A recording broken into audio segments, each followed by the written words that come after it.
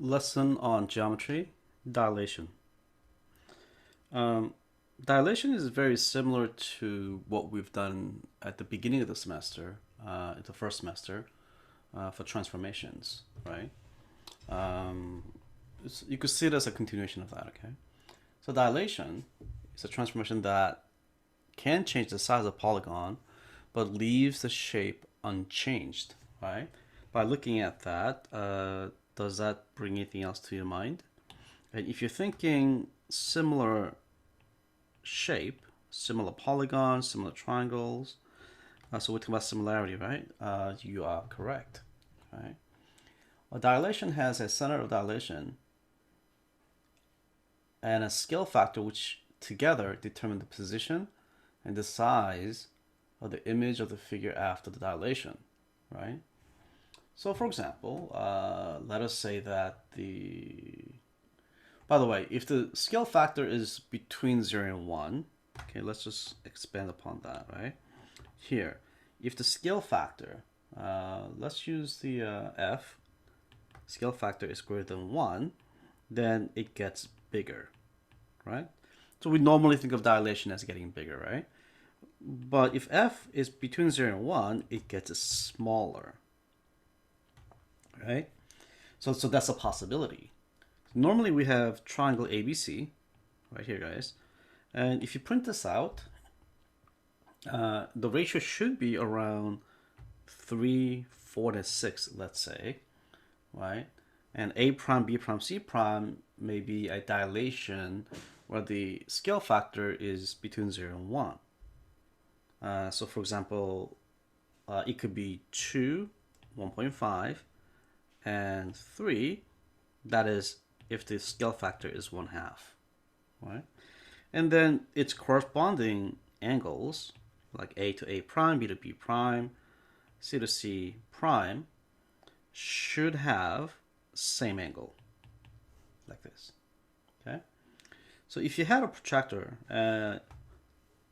it should come out to 30 degrees, 35 degrees, and 115 degrees, guys, okay? And what do you think suppose will happen to A prime, B prime, and C prime? And if you print this out, the measurements that I had, these were in terms of centimeters. I'm sorry, I forgot to mention that, okay? Centimeters. And depending on how you note prints, it may be a little bit off, right?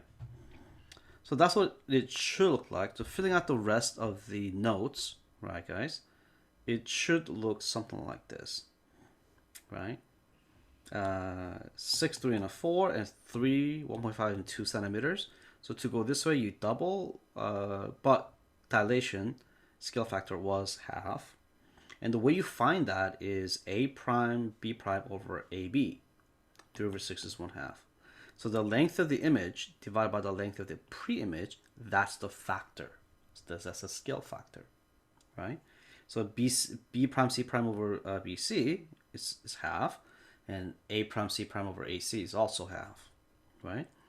So when you have this factor, guys, right, the ratio of the corresponding sides has to be equal, and then pre-image and image of the dilation are similar triangles, right?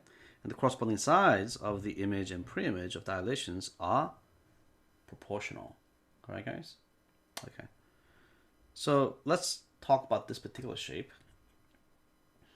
What if you did dilation by a factor of 3, right? Through center O. So what that literally means is that you need to take a ruler and measure from O through A like that. Oops. I don't know why it's not doing it. Okay. It should straighten out. There you go. There you go. And then I'm going to move it up like this a little bit. And then I'm going to do the one O through B like that. O through C. Looks about right. I need to move that just a tiny bit so it should fit better. Okay, let me try that one more time.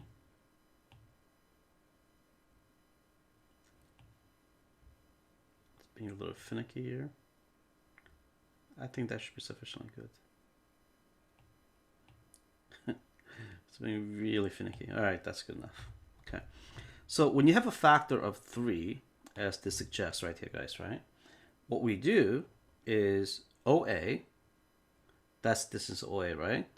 So what we could do is, you could measure it with your stick. So because I can't do that, what I'll do is I'll do that, and I will have 3 of these. 1, 2, 3.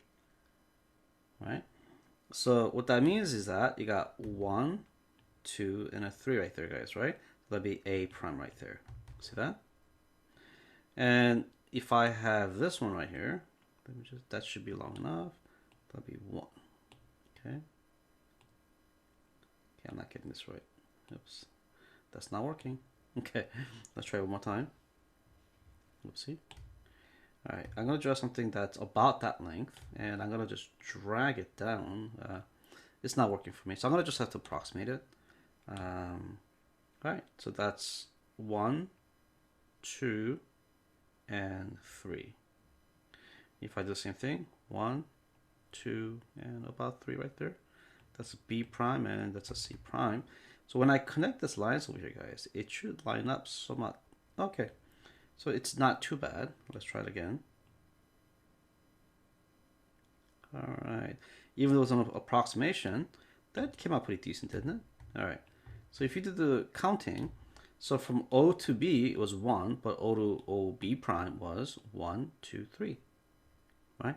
OC was 1, and O to the C prime was 1, 2, 3. So if this was distance D right here, guys, from here to here was 3D, right? So that's the idea. So the way you would calculate that, if the factor is equal to 3, to find OD, let's say, the relationship is OA prime to OA has to be 3. That implies that OA prime has to be 3 times the OA. And that is similar to the other shapes.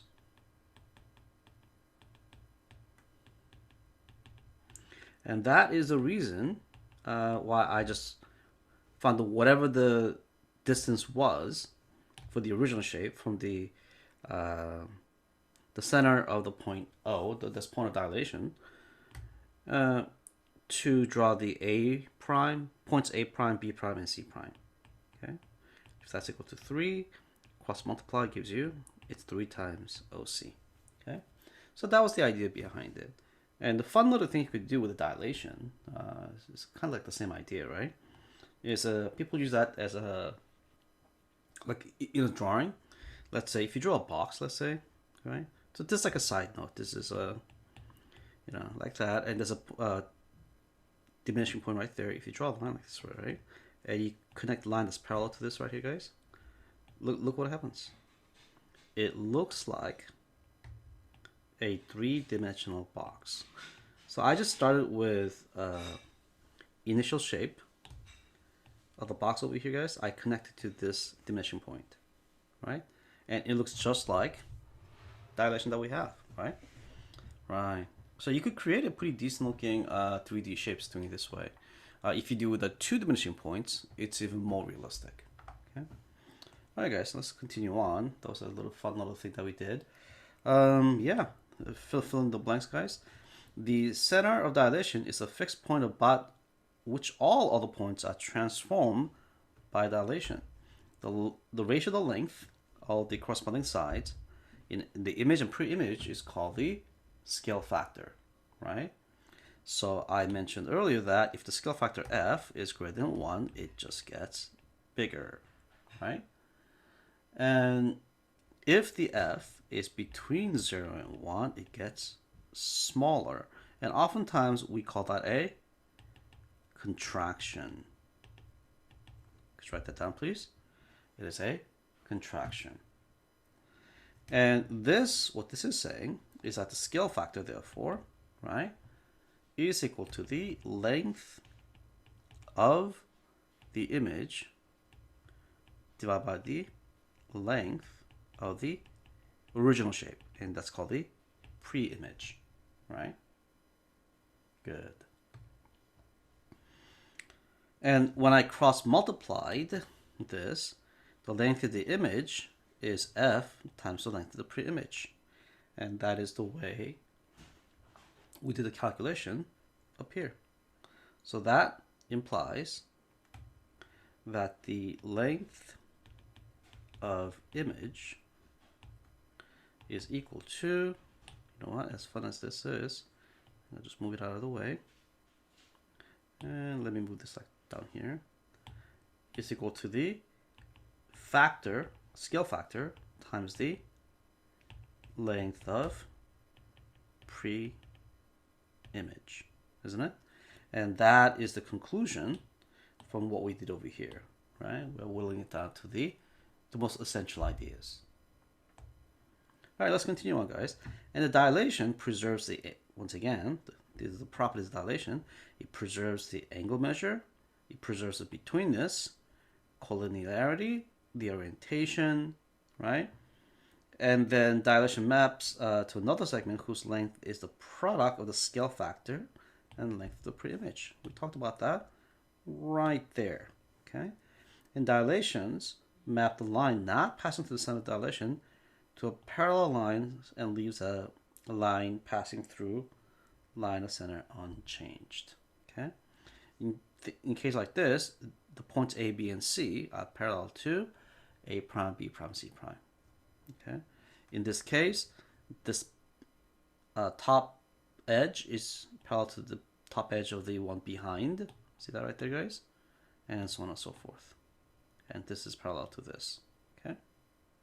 All right. Okay, so let's move on to the next question. So we have an example 1, right? Here we go.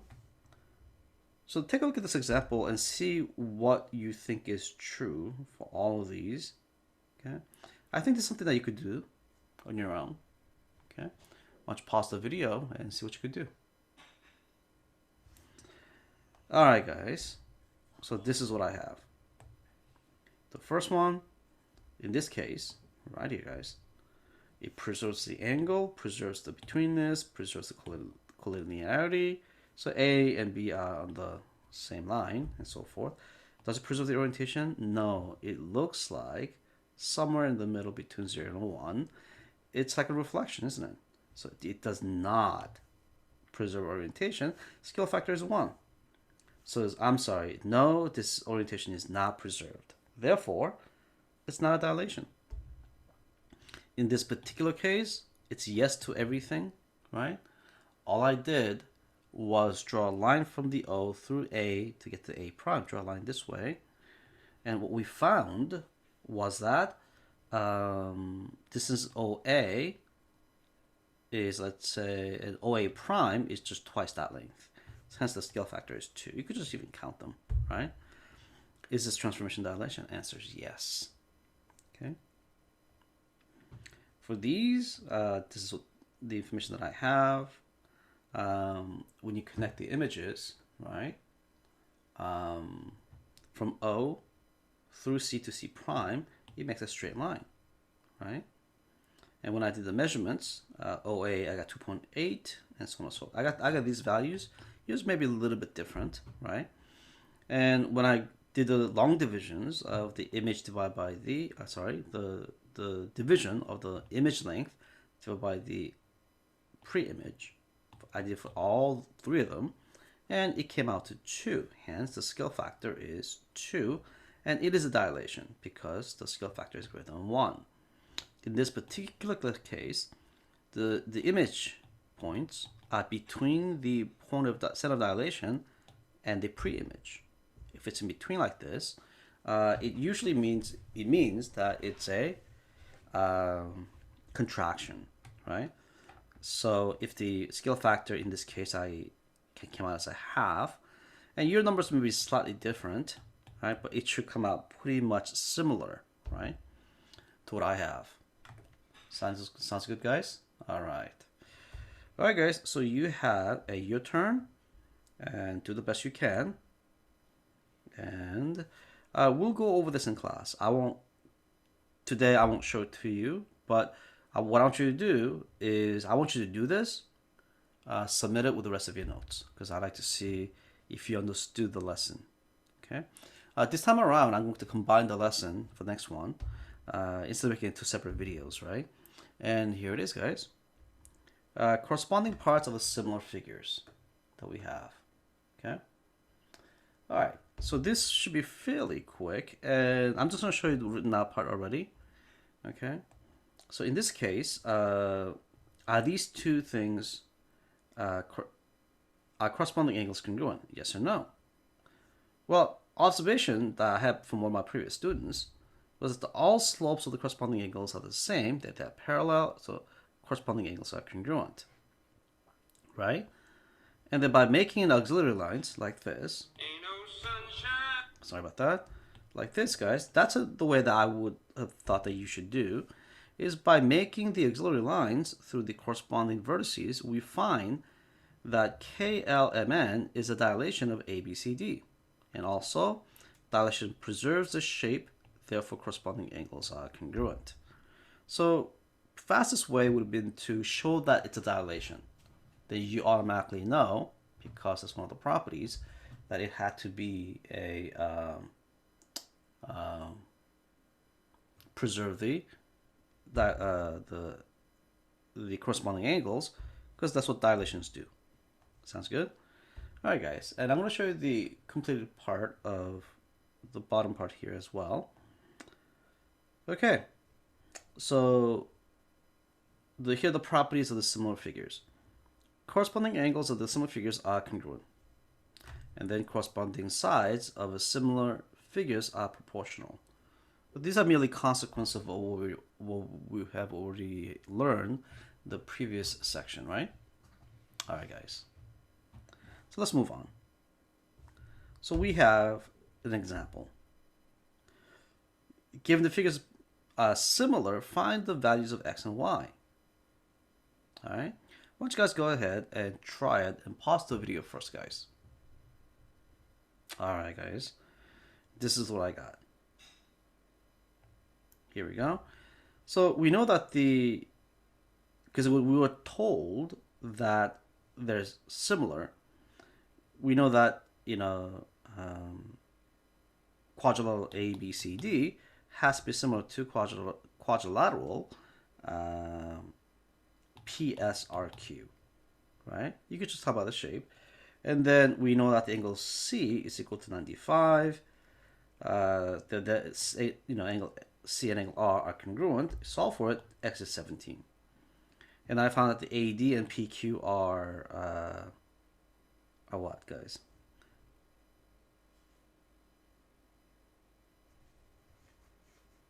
Well, we can't directly set it equal to each other, right? Because the lengths are different. But we do know that the ratios must be the same, right? We know that the AD over PQ, those corresponding parts, has to be equal to AB divided by PS, right? Or you could have done it like PQ over PS is equal to AD over AB. Either one's okay. When you do it, you set up a proportions and you solve for it. Y comes out to 10. And you do the same thing for the next one, right? So you should get the orientation carefully. And I found out that JKLMN is similar to VWXYZ. So be very careful, guys, right? How you set it up to make sure you get the right orientation, right? So JK, that sharp band, VW this way, and then follow through, right? And then look at the known sides, this one and this one and this one and this one.